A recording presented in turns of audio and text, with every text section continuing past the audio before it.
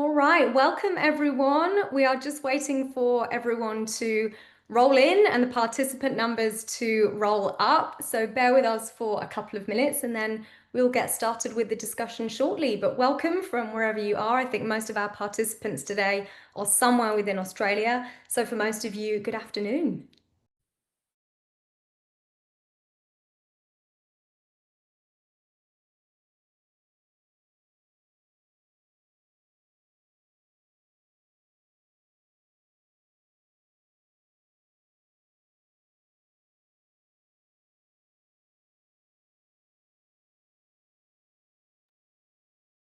Welcome to everyone that is joining. We're just going to give it one more minute and then we will kick off very shortly.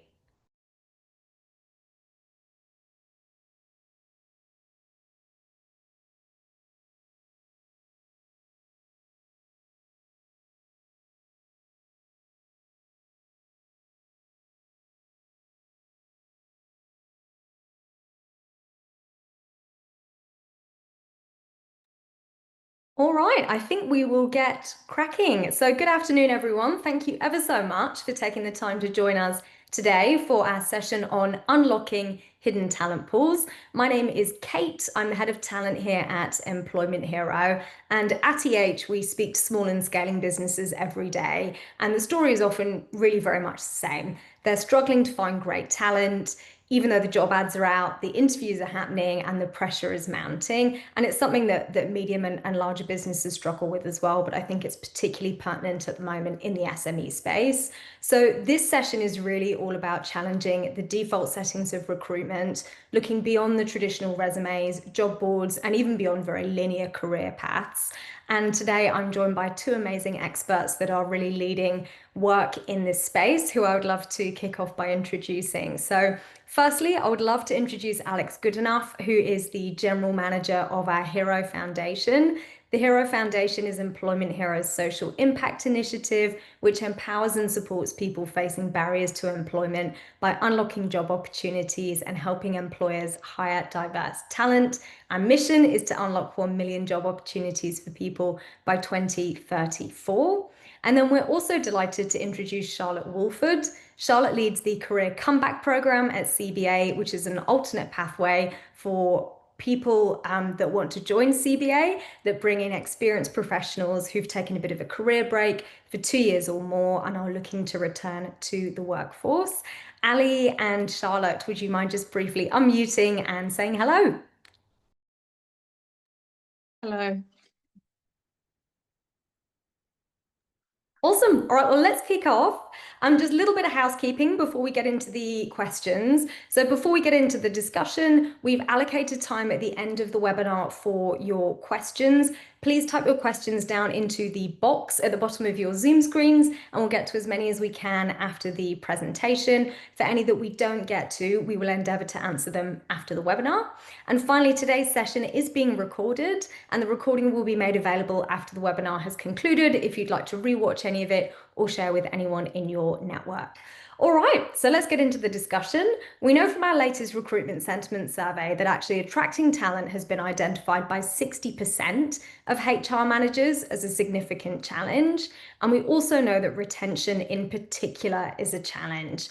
And when asked about the shortest time a new hire has stayed in the business, 27% of respondents reported that new hires leave within 1 to 6 days, with 18% departing within 3 to 6 days, and another 22% leaving within 1 to 2 weeks. So today we really want to explore how unlocking hidden talent pools could be a potential antidote for that.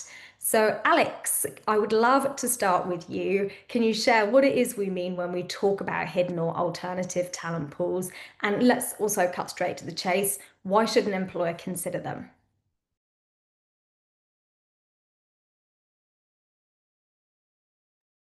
Oh, I think Ali might be having internet troubles. Charlotte, do you want to jump in?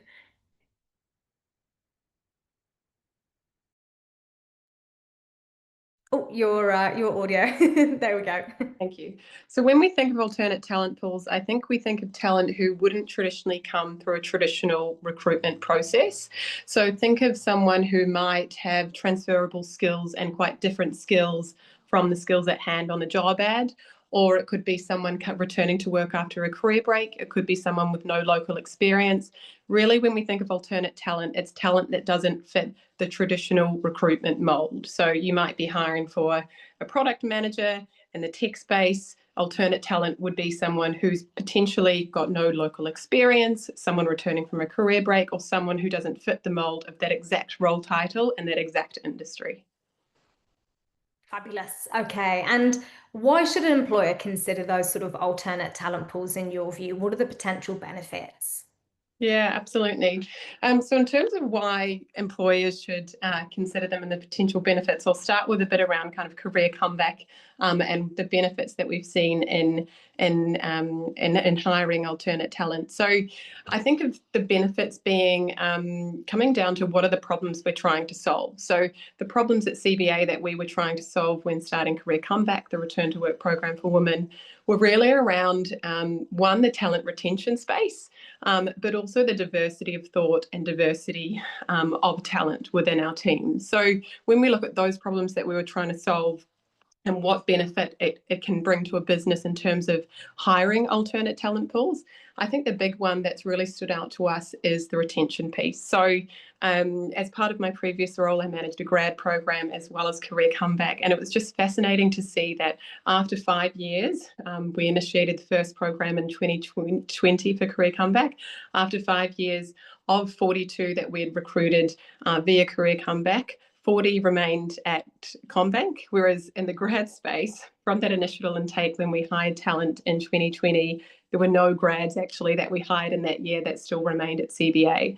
So I think the big benefit there is that retention of talent piece and that long-term focus rather than short-term. And you mentioned there before, Kate, around how a lot of new hires might leave in the first week, the first month.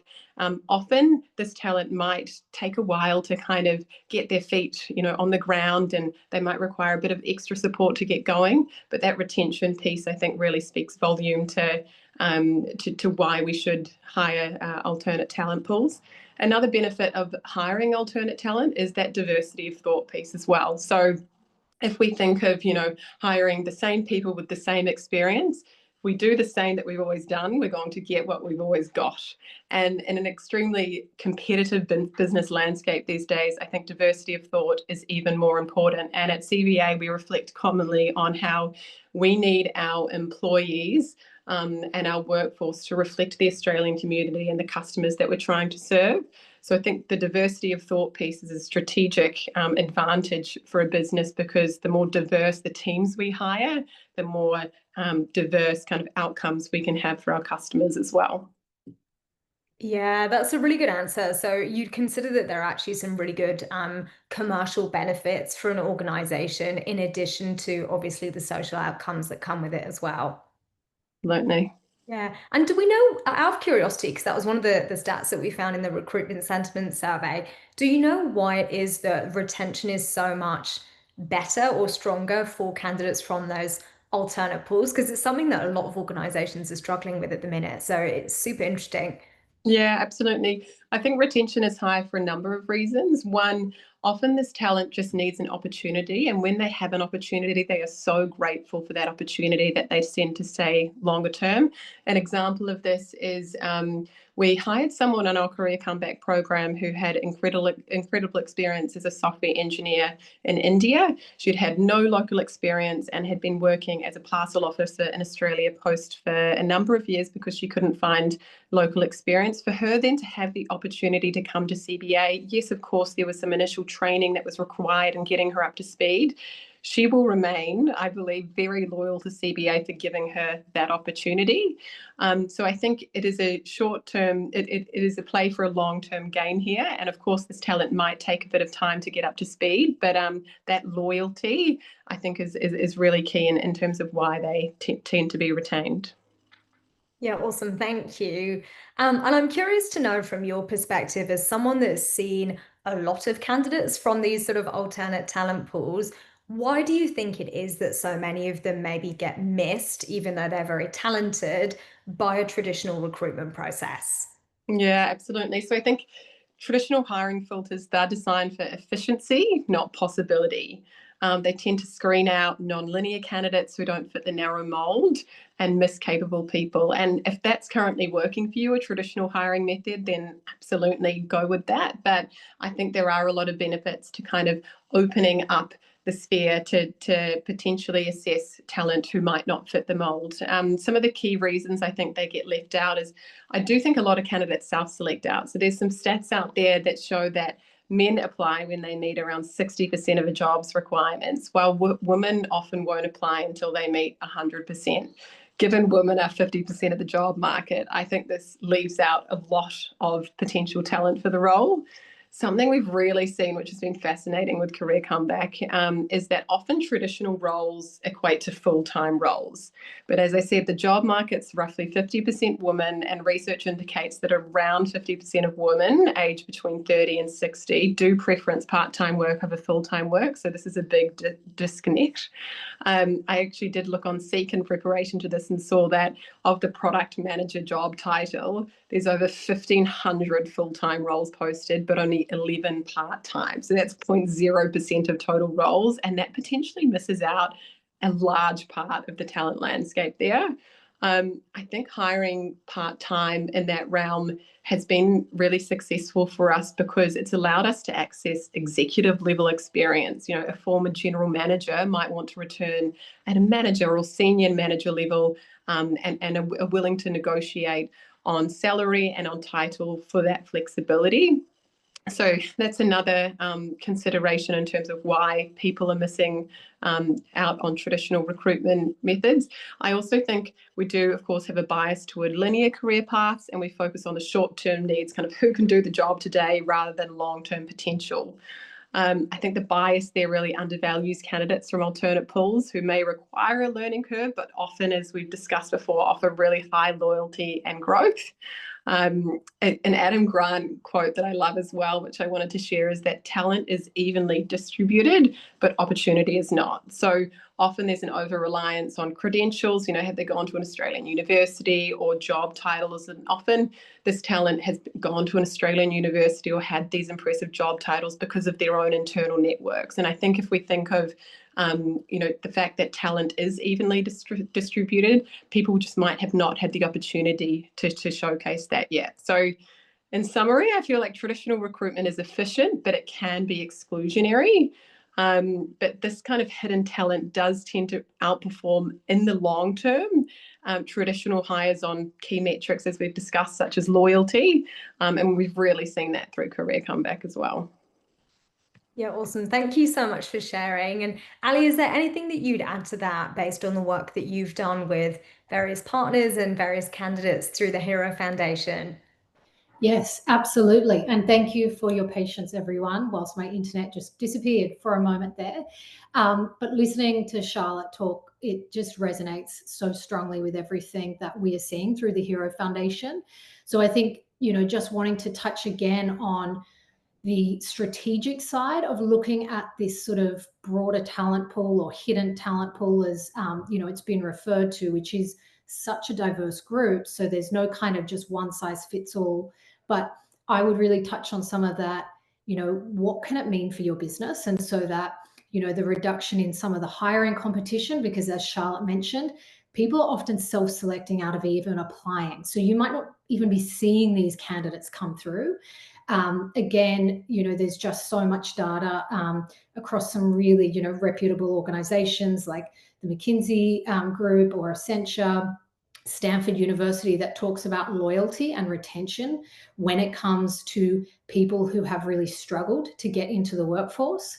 Again, that innovation piece. So, the most recent data that McKinsey released talked about teams with varied backgrounds are outperforming more homogenous groups by up to 35% when it comes to problem solving. So, it's that innovation piece. And again, that idea of, reflecting the community you serve, and how then that can actually mean people are thinking about problems in different ways. So it's not just something for CVA to need to think about.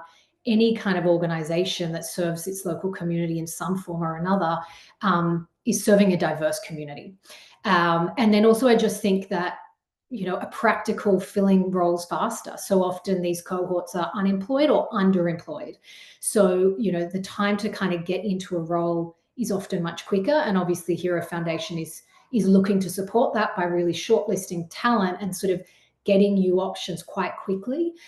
So I see those as all, kind of really powerful reasons to think about it. Just another, I guess, really specific example that comes from one of our Hero Foundation's employment partners, which is Generation Australia. They're an international charity, but they do amazing work here across Australia, running really intensive sort of training boot camps across both the tech sector and also the care sector. So on that retention piece, noting Charlotte has kind of used CBA's specific example of that, but recent federal government data shows that there's a really significant retention issue across the care sector, particularly disability and aged care.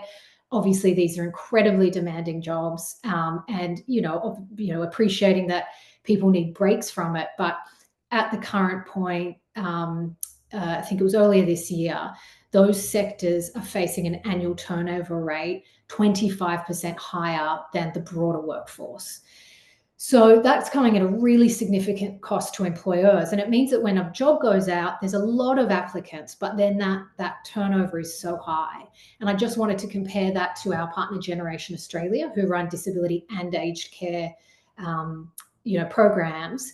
And they track their data incredibly closely as an international organization. And in Australia, 89% of their candidates remain within the same role 12 months after starting employment.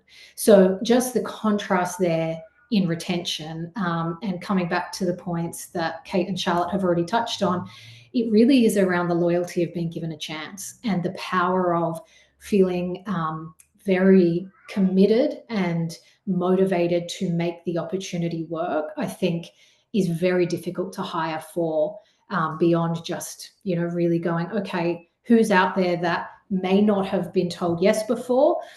They may not have the same level of experience, but if we train them and give them that opportunity, we will kind of reap the benefits. So I think it's not just thinking about it as social impact, which I should add, it is also that.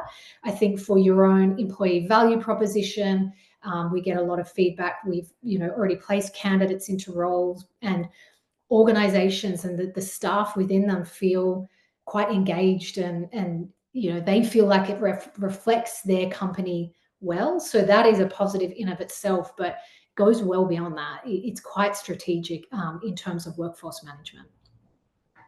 Yeah, completely agree. Well, thank you so much for sharing, guys. I'm keen to switch gears a little bit and maybe delve deeper into what are some of the assumptions that maybe we all make as hirers, as employers, as people in the HR or recruitment industry, based on people's resumes alone, that maybe we can reconsider or approach a little bit differently. So Charlotte, can you maybe talk us through some of the common ones that people would make quick assumptions about based on resumes alone? Great, of course. And I'm sure everyone on the line kind of has a similar experience to mine too. I started my career in recruitment, so I can completely vouch for the fact that if you're recruiting for a role for a social media coordinator, you want someone who's been a social media coordinator at a very similar company and can come in and hit the ground running. So I will start with saying I completely understand why traditional recruitment methods exist. But as I said, if we do what we've always been doing, we're going to get what we've always got. If that's working for you, that's fine. But if it's not, there are, as we've talked about, some other options to consider. So some assumptions that we make. Speaking from our perspective in the Career Comeback program, the big one is that a gap in employment equals a red flag. So if his CV shows a career break, one might assume that the candidate could be rusty, uncommitted, or maybe there was something wrong. Were they not employable? But in truth, as we've discussed, this talent is usually really highly motivated and loyal as well. And yes, of course, they will take some time in order to get up to speed. And we've usually found that's around 2 to 3 months. But once they get up to speed, they can often, outperform their peers and are just so motivated to want to perform. I think people also assume maybe that an unconventional background lacks credibility. So if their career or education is not traditional, say, I don't know, a degree in an unrelated field or a switch from another industry, people assume they might not be as capable or a risky hire. But I do think this can be a source of strengths at times. We've seen big success in hiring talent with transferable skills. They really add to team dynamics and diversity of thought, which I do think is what you need to win in today's landscape. So an example of that is, someone who was working in America. She'd worked for a number of years in a kind of high-profile sales role in banking. We then had a role that we were advertising in our operations space in banking. And if she had applied outside of the Career Comeback program, just via a traditional recruitment method, one might think, oh, she's overqualified for the role. She was operating at a very high level and she's not done an operations role before. She's only been in sales. When in reality, because of her expertise in sales and her very senior role she had before, she came back and she was operating at a more junior function because that's what she wanted, and she was willing to negotiate on that for a flexible part-time position. So I think, there may be assumptions around employment gaps, around unconventional backgrounds. We do see a lot that candidates may seem to be overqualified for the role, particularly talent often that has no local experience. So they might have, had 20 years in software engineering and then come to Australia and want to apply for an entry-level support role. So I think there are a lot of biases that we can see, but I think being deliberate in trying to overlook those biases, and we can talk to later some of the different ways that we do recruit via Career Comeback that we've seen as successful for recruiting quite diverse talent. Yeah, look, that definitely rings true to me. The piece around kind of unconventional backgrounds in particular, like even at Employment Hero, if I reflect, we've had a bunch of people that have made some quite significant career moves internally within the business. So maybe they've moved from like customer experience to product, or from talent acquisition to customer success. And they've all performed fantastically in their new roles. And we knew that they would be capable and that they'd make fantastic candidates because we knew them well and we'd already seen them work within the organization. And yet, if I reflect, if they'd applied as an external candidate, I don't know honestly whether or not, on paper, their background would have been the strongest possible match based purely on their CV. So yeah, that piece around kind of alternative backgrounds certainly rings true to me. I would love to understand a little bit more about what SMEs stand to gain by rethinking who and how they hire. So Alex, can you talk a little bit more around what SMEs in particular have to gain through considering these talent pools? Yeah, absolutely. And I just wanted to, as you were talking then, Kate, me in this role as General Manager of Hero Foundation, so by no means suggesting that I have faced major challenges or deserve to sort of be treated as an alternate talent pool, but originally my resume for this role was dismissed by our Chief of Staff when someone sent it to her. And we laugh about that now. And it was only after a very drawn out recruitment process, where I understand Employment Hero really just couldn't find who they were looking for, that I was contacted again by Zara, our Chief of Staff, who's wonderful, because my background, I was a corporate lawyer and then I'd been a political staffer. And I hadn't worked in the not-for-profit space. I hadn't worked in tech social impact. I had no job title that matched this role. And so, of course, against a resume checklist, I just didn't fit. But when the time came and they were desperate, they kind of looked and went, oh, okay, hang on, she can solve complex problems.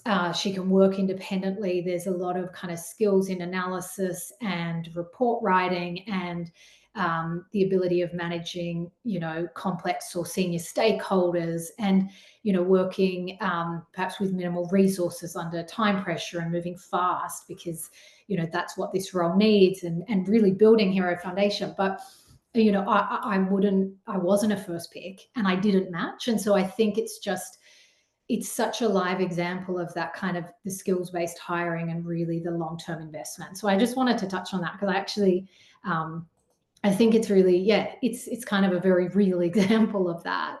Yeah, in terms of what SMEs have to gain, I think we touched on some of this a little bit earlier, but I think it really is reiterating these points, because I think it also goes to how you might deal with objections within the workplace if you come up against them, if you decide to go down this path. But the workforce is changing significantly. We know that's happening, and so it's really about how can we get ahead of that and find great people with the ability to adapt, stay committed to the organization, and create a broader pool of people to be picking from. So that's kind of just a win-win. And so that goes to the idea of, it does reduce that hiring tension and competition if lack of talent is one of your greater recruitment challenges. But at the same time, you see that loyalty and motivation. That's really relevant where you're facing higher turnover. And within your organization, you might have different issues for different roles. I think that, again, there's just a huge amount of data that shows that having those diverse groups within your organization just results, leads to stronger results. So again, gender diversity is a big one that's been studied a lot. And the most recent McKinsey report on a diverse workforce shows that organizations that have gender diversity and closer to equality on that front are 15 times percent more likely to outperform their less diverse counterparts. So, we can throw stats around, but I think it really is important because people are looking into this going, there's something that's here and it does make a difference. And then, of course, that retention piece that we touched on is really powerful. And I think whilst retention won't be a challenge for everyone, it's really important to think about, what matters most and what costs the most in recruitment. And some of those stats Kate shared at the beginning are pretty striking. And so it's so important to be thinking about that from the start of recruitment, even if you might kind of go, well, this person doesn't have that exact same job title. They're the skills they can learn. What's often harder is all the other things, those kind of not even softer skills, but it's not necessarily looking just at qualifications or credentials.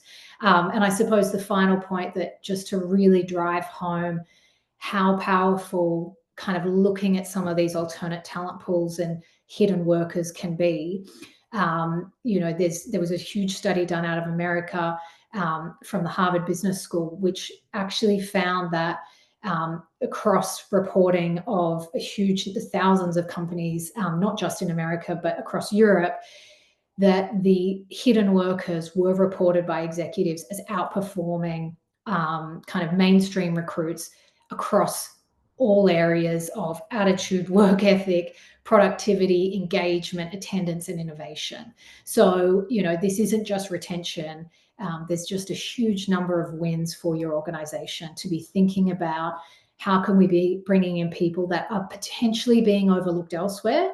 And that this is a huge strategic win for an organization when thinking about recruitment challenges and the future of recruitment for your business. Fantastic. Yeah, thank you so much for sharing. I'm cognizant of time. So we've talked a little bit now about kind of what some of the benefits are and what constitutes a hidden talent pool. I would love to now switch a little bit and think through how we can actually practically take some steps to start thinking about unlocking some of these talent pools. So Charlotte, you've obviously been involved in and seen this firsthand and have a lot of experience here. So can you tell us a bit more about the Career Comeback Program? Why did you create it? How does it work? And do you have any practical tips for people listening off the back of having had that experience running the program? Yeah, absolutely. So excited to share a bit around our Career Comeback program. So as Kate mentioned earlier, Career Comeback is a program for experienced professionals returning to the workforce after a career break of 2 or more years, largely aimed at women. When I say returning to the workforce, it's not ex-CBA staff, it's anyone publicly. The program started 5 years ago, had 8 people in the initial pilot program, and was small growing for a number of years. However, our focus this year, which is very exciting, is to expand it across CBA, and we should hire around 70 to 80 candidates per year in the program, which is really exciting. And we focus on a number of different skill areas across CommBank, but they tend to be the areas where we are suffering in that gender diversity piece. So I think the things that would be relevant to share with you all that have really helped us in terms of finding this talent, because as you can imagine, we recently hired a cohort of software engineers who were females and all had more than a 2-year career break, but yet somehow had the relevant skills and experience to be able to kind of operate in a software engineering role at CommBank. So at first I thought, how are we going to find this talent? They all sound like unicorns. How are we going to get there? I think the first key thing there is to go where the overlooked talent is. So building partnerships and using community networks, which often are free. So we started off by engaging with Fitted for Work, which are a community organisation that help women find work who are currently on career breaks, as well as Generation Australia and a few others, which kind of led me in the path to meet Alex from Hero Foundation. And Alex essentially represents all these community groups and has a mass amount of candidates that she worked with, which was a free service for us. So it was like having a mini recruitment firm helping me find these candidates. And I think that has been really helpful. What also definitely helped was redefining our job criteria to focus on skills and potential and rewriting our job ads. So I'm sure you might be using these already, but on ChatGPT, they've got a great gender decoder. We found as well in that recent software engineering program we hired for at CommBank, in terms of applications to a software engineering role, female applications are usually around 30%. But because we tailored the advert, saying things like career break, we'd love to hear from you. This is a return to work program. Our female applications numbers were up to nearly 90%. So 30% versus 90% is a massive jump in terms of talent applying for the role that otherwise wouldn't have. So maybe tweak slightly to job ads, which I'm sure you might already do. I touched on before as well, highlighting flexibility and support. So I think SMEs can actually compete with big firms on these fronts. Maybe offering some kind of part-time work from home. If this candidate has to work 5 days, maybe it's flex for drop off and pick up. And even as I mentioned before, on Seek, when you go to look for jobs or whatnot, the amount that's posted full-time versus part-time, that excludes so much of the talent landscape. As I mentioned, 50% of the talent landscape are women, and around half of those women are actively seeking part-time work. And I would say as well, another kind of takeaway that's really helped us in terms of buy-in from the business is if you're still not sure and think it's too much of a risk, how about hire these candidates on trial periods? So for us, this was a 12-week contract prior to offering permanent employment. So I feel like sometimes an audition, a 12-week audition, can be a substitute for years of prior experience as proof of ability. And during our 5-year span of Career Comeback, we've had 42 candidates through to date. Only one hasn't been offered a permanent role, but it's a great way to try before you buy if you're still worried about the buy-in with some of your colleagues. So yeah, the key takeaway there is reaching alternate talent pools does require proactive effort, and it's more about a change in mindset than a big budget. Yeah, fantastic. So some really good tips there for those listening. To summarize, consider flexible options if you can with any live roles. Maybe consider a trial period if that's useful for the business as well. Alex, having worked with so many candidates as part of the Hero Foundation, is there anything else that you would add to that around how businesses can actually identify and assess this sort of talent really effectively? Yeah, so obviously the first part is, as Charlotte mentioned, the Hero Foundation is here literally to try and do some of this heavy lifting for you. So you are all Employment Hero customers. The Hero Foundation is Employment Hero's social impact initiative. There are no fees, there's no costs. We are purely here to philanthropically help create and unlock employment opportunities for people who really need it. That is what we're passionate about. We believe in the power of employment, and we believe in the power of SMEs and the role that they can play in kind of changing the face of this really difficult problem, which is having sort of over 1 million people who are currently unemployed and want to be employed. So that's a huge pool of people. So we are here to help. And as Charlotte mentioned, we are sort of aggregating a lot of these existing community organizations and trying to make it as easy as possible. So utilize us and our services to help bring you candidates. But I think beyond that, when we're thinking about sort of practical ways to do this, I think it's just really important to stress that this isn't meant to make recruitment harder at all. It's just shifting small things to think about how you could attract, say you're just going to use the same platforms that you currently do, whatever they are. There are just potentially some small tweaks that can be made. I think Charlotte's example of attracting, female software engineers by including the words career break or, we'd love to hear from you for a career transition. I mean, that's small. That shouldn't change anything in terms of your time, effort, and investment. It's purely about thinking, how do we make this job ad seem more inclusive? How do we, pick off maybe, don't start with every job you have, pick one. And maybe you're picking something that does have some challenges with retention. Maybe it's, higher volume where you are often having to recruit for these positions. And just think about that one as an example of, okay, what could we do a little bit differently? How could we rephrase this? Is there a way for us to remove some of the criteria that's kind of locked and credential based, i.e., 7+ years experience, and shift it to what are the actual skills that they need? And the example for me would be, say, in this General Manager Hero Foundation role, where it was talking about minimum number of years in, the not-for-profit space. And I can't actually remember if the job did say that. So I'm probably being a bit creative there. But say that's what it had said, but instead talking about managing stakeholders, working at a fast pace, all these things. That might have made me go, oh, I can actually apply and be considered for this. So I think it is often starting small and trying not to feel overwhelmed by that process. You can use the recruitment platforms that you always have, but it's really changing how you're representing the role to perhaps bring in some different candidates. And then, of course, very practically coming to the Hero Foundation, this is something we are delivering for our customers to help both the job seekers, but actually also to help, find great talent for Employment Hero customers and the employers. Fantastic. All right, well, I am cognizant of the time. I want to make sure we've got time for Q&A because I can already see some rolling in. Reminder, if you haven't asked a question yet and you have one, please pop it in the box down below and I'll do my best to get to it. But before we get to audience Q&A, maybe as a final tip from both of you, if there's one simple shift that you'd recommend that everyone on the call tries today to really improve how they assess potential and maybe how they can consider some of these talent pools, what would your parting tip be? And Charlotte, I would love to hear from you first. I would say my parting tip would be to not equate someone's CV to the entirety of what they can offer.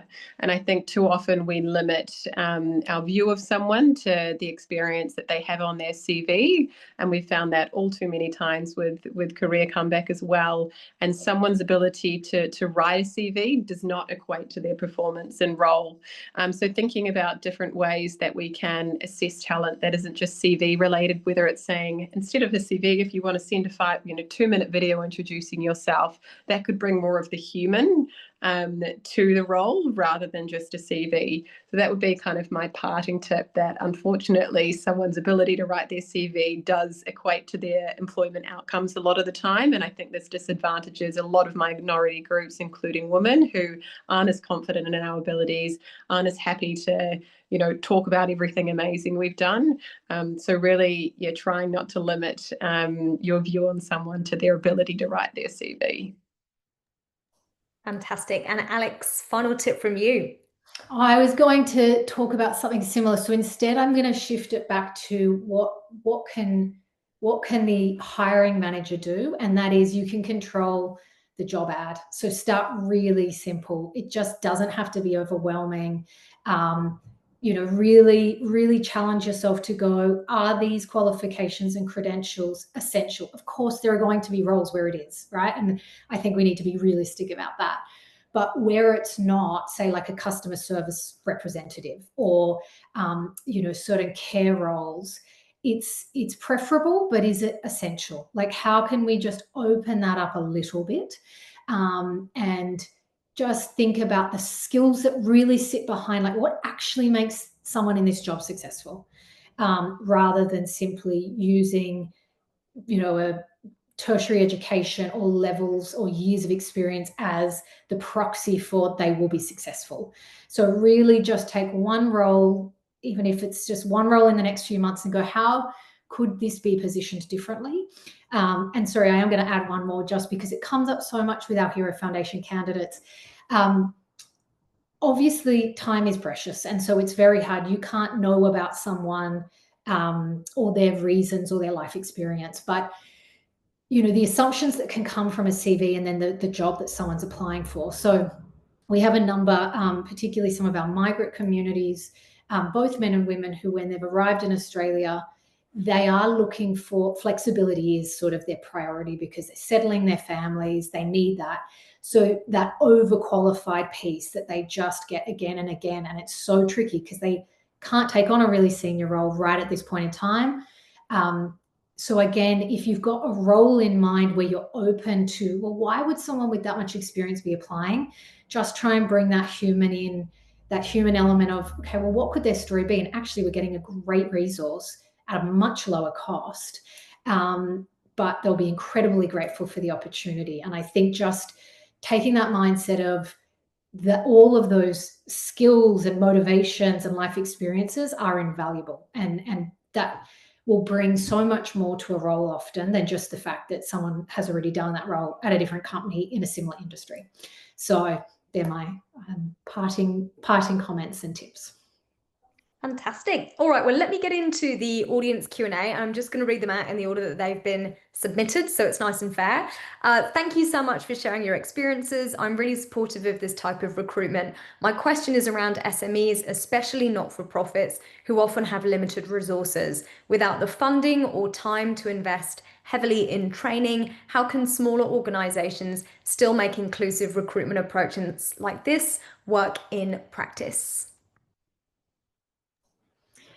I'm happy to jump in on that one, Kate. I touched on this briefly, but I suppose I think the key starting point I would kind of throw out here is that this type of hiring or thinking about these talent pools isn't meant to make your recruitment more challenging. I do understand, though, that fear of if we can't do the kind of training and the supports and the education. I think it obviously varies where you're at and how much you can put in and the type of candidate. Whilst there may be a slightly, a couple of months longer onboarding, and that's not always going to be the case, but obviously that can feel like a bigger upfront investment. But I think the key thing to remember is that longer term ROI. So once that person is in, what is the cost of if they don't, Kate, what did you say, that what percentage of people leave within a week or 2 weeks? I mean, or the first 3 months is often the big one.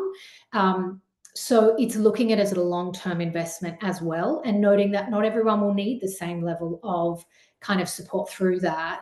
But I would also add that the Hero Foundation is here to support with some of that. So we've developed training modules for your workforce.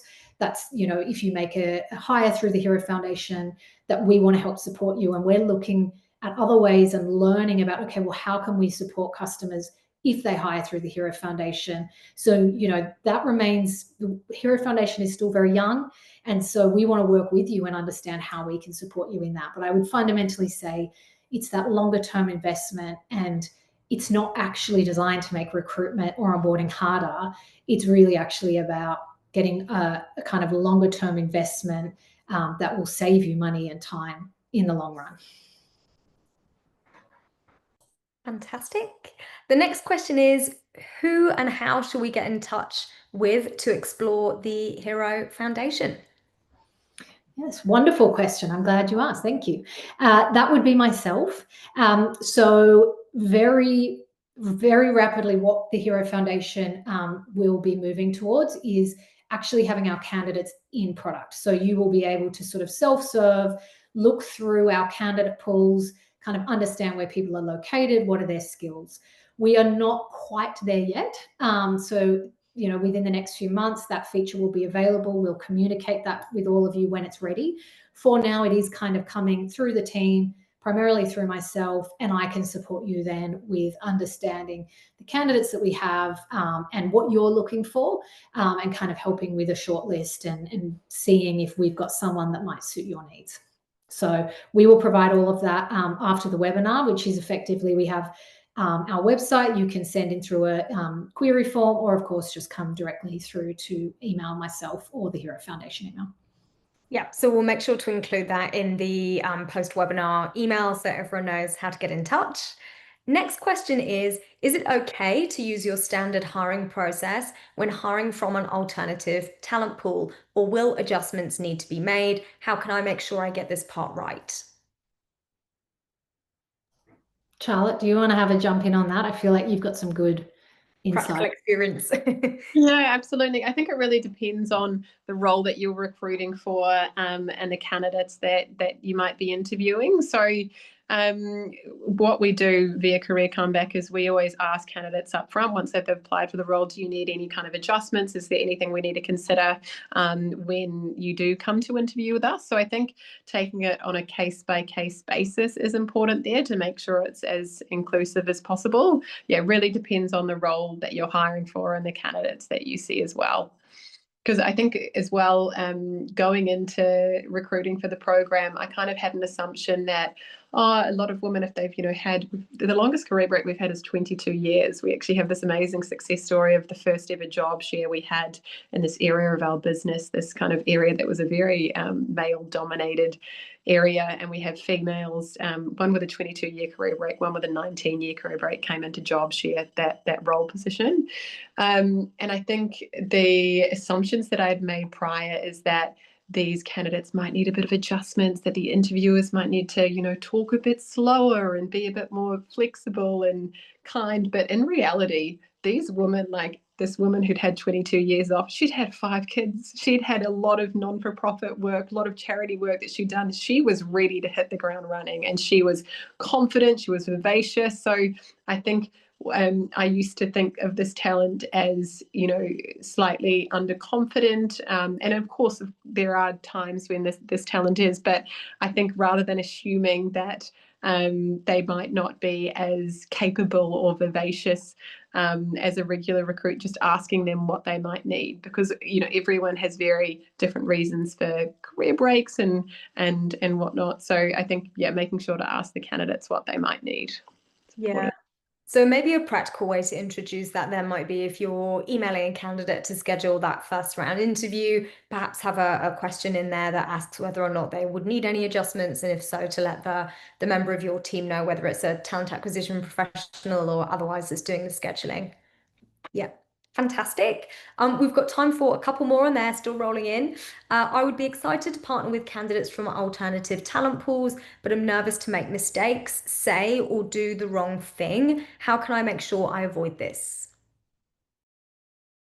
I'll jump in on that one. So I think that this is really common. When I first joined Hero Foundation and Employment Hero, we did quite a lot of research with our customers just to understand potential barriers and concerns and fears. And it was very much sort of like fully confidential, no judgment, both conversations, focus groups, and written surveys. And that came through a lot. I think an element of fear of, I don't necessarily know what to do or how to say the right thing, and I don't want to get in trouble. And I think it's natural and completely understandable. And we need to be able to talk about it in order to move past it. And the short answer is, it's almost just being a human and being respectful. And the safest thing often to do is ask. So to Charlotte's point, when it comes to managing an interview, just ask, are there any adjustments that need to be made? It would be the same during onboarding. Is there anything that we can do to help make this, environment, more suitable for you? For example, one of our partners is Australian Spatial Analytics, this incredible social enterprise that trains young neurodivergent adults who are engineers, like, doing geospatial analytic stuff. I don't understand it, but they do amazing work. But primarily for them, some of those adjustments for those candidates is around things such as they might prefer to wear headphones within an open plan environment. But, or perhaps sit in a part of the office that isn't as brightly lit. There's some of the examples. So, I think it's really a case of being respectful, kind, and curious, and sort of asking those questions, and not worrying so much about getting it wrong, but being more concerned about how can I get someone to feel comfortable sharing that information. And I think doing that through interviewing is also important because it has to work for your business. Again, we have to be realistic. Not every organization can accommodate every need across the spectrum. So it's really about finding the candidates that, kind of best suit your organization and what you're able to deliver for them. But really, I think it's just open communication and being comfortable saying, are you okay with me saying this? Or how would you best like me to respond? Or whatever it is, it's just having that dialogue. Fantastic. Thank you, Ali. I'll try and race through a couple more questions before we finish up. So how can a business measure whether they've been successful in tapping into alternate talent pools? What should they look for beyond just a hire? I'll let you take this one, Alex. Yeah, so I think that, we're still sort of working through some of that at Hero Foundation, but the big ones that jump out are things like retention. So, do they stay in the role? Their sense of engagement with the team. So that's checking in with them along the way to say, how are you going? Making sure that no one ends up feeling kind of like an other or a special hire. So some of that is the cultural piece of how have we integrated this program or this hire. Now, it may be that, you don't even need to let the whole business know. Again, every organization will have their own structures and what's sort of appropriate. But I think career progression can be another one. Again, not always going to be relevant in every role, but it's something I'm really conscious of. And I know a lot of our partners track. So, has someone had opportunities to grow and be promoted within their line of work? Again, if that's appropriate and what they want. So to me, it's sort of those types of, retention and progression and performance and contribution and that sense of engagement and belonging. And of course, then their overall business impact, however, whether or not you do measure for that, but being able to kind of look at some of those metrics around productivity or attitude or innovation, whatever's appropriate for your business. There's some of the ways that you can go, actually, this is more than just a tick box hire. Yeah, I think performance would be a really important one as well. Like if you hired a candidate from that pool, they're highly engaged, they're performing in their role, I think that's a really good indication that it's not just a hire, right? You as an organization have supported them sufficiently, made adjustments to onboarding if needed, whatever the case might be, and ensured that ultimately they've been a really successful hire and an addition to the team. Last one I will read out before, unfortunately, we have to finish up because I think it's an important one. How can a candidate submit their resume to be considered for job opportunities posted by Hero Foundation? So how can candidates get in touch? So we partner through organizations that are providing wraparound support for different cohorts, where one or more of the sort of goals of that program being offered is employment. So we don't have a sort of open portal for anyone from the public to apply. It really is about the partnerships with those existing charities and organizations such as Generation Australia, such as Fitted for Work, as Charlotte mentioned, because that gives us the confidence to know these candidates are really well supported, have shown the motivation and intention to reach out to an organization, seek whatever support it is that they're needing. And then they're kind of coming to the Hero Foundation once they've sort of completed, whether it's a boot camp, an employment skills program. And so that sort of allows us to know that they've got that support. Then the Hero Foundation really is the next step. So at this point, there isn't a sort of general public portal, but I'm always happy for people to reach out to me. And if there are any organisations I can refer them to or support them in some other way, always happy to help and be part of that. Fantastic. Well, unfortunately, I think that's all we're going to have time for. There were a couple further questions that we will endeavour to answer asynchronously after the webinar, and we'll include information around Hero Foundation, we'll share Charlotte's details, etc. In the webinar follow-up. But thank you so much, everyone, for joining us today. Super, super informative session for me personally, and so I hope you guys have all found it really valuable as well.